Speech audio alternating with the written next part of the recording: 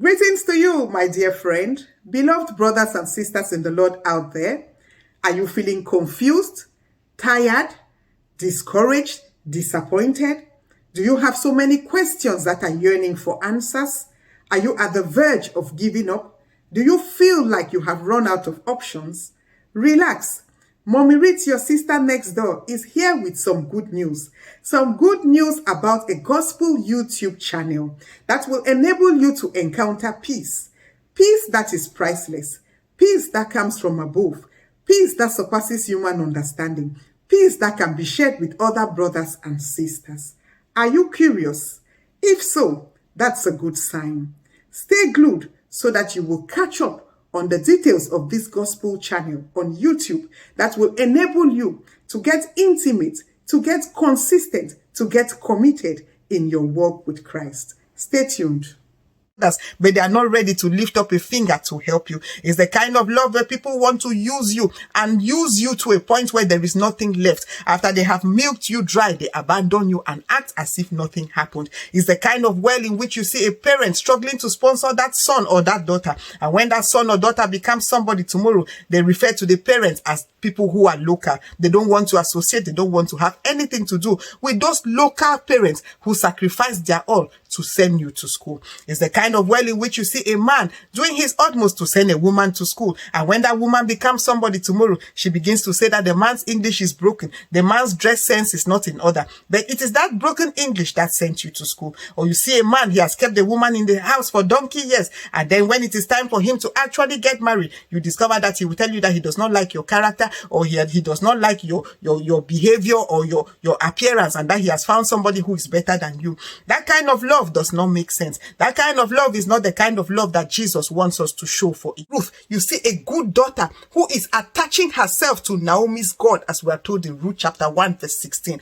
And eventually Naomi's God ushers her to Boaz's field and she gets the life partner of her dreams. Are you the kind of person who is in the waiting room trusting God for that life partner? Have you taken time to seek God by yourself? Or are you busy contracting servants of God here and there to contract or to contact the same God that you yourself have access to?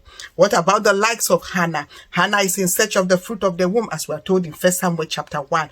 But instead of looking helter-skelter or succumbing to Penina's mockery, she goes ahead to seek God by herself and eventually gets the son that God has destined for her at the appointed time. If you fall in that category, beloved in the Lord, it is time to begin to do what Hannah did in order to get the Samuel that she obtained.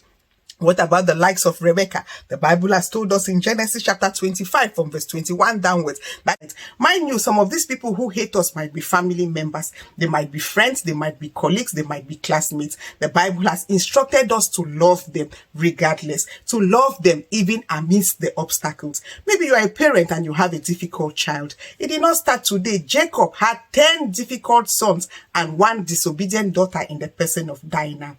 But he did not stop loving them. He continued to correct them and show them love, to a point where when they go to Egypt, these people are actually so transformed, so broken, so renewed that they are apologizing to their brother Joseph in Genesis chapter 50 from verse 10 downwards. And so as a parent, don't give up on that stubborn or recalcitrant child. Pray for grace to love regardless.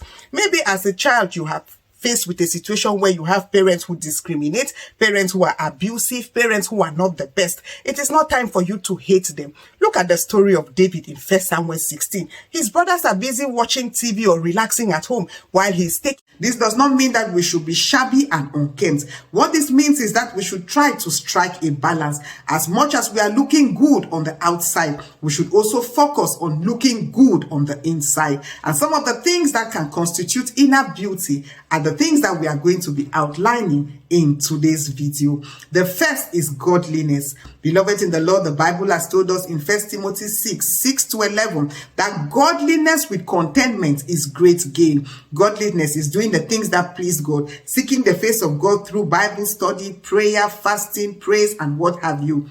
When we begin to seek God, we will realize that we will become contented and grateful for the things that we have. We will not be the kind of people who compete and compare with other people. We will not be people who are given into envy, anger, jealousy, and what have you. Because godliness in us, the attributes of God in us, will enable us to be grateful for that which we have while seeking his face to get much more.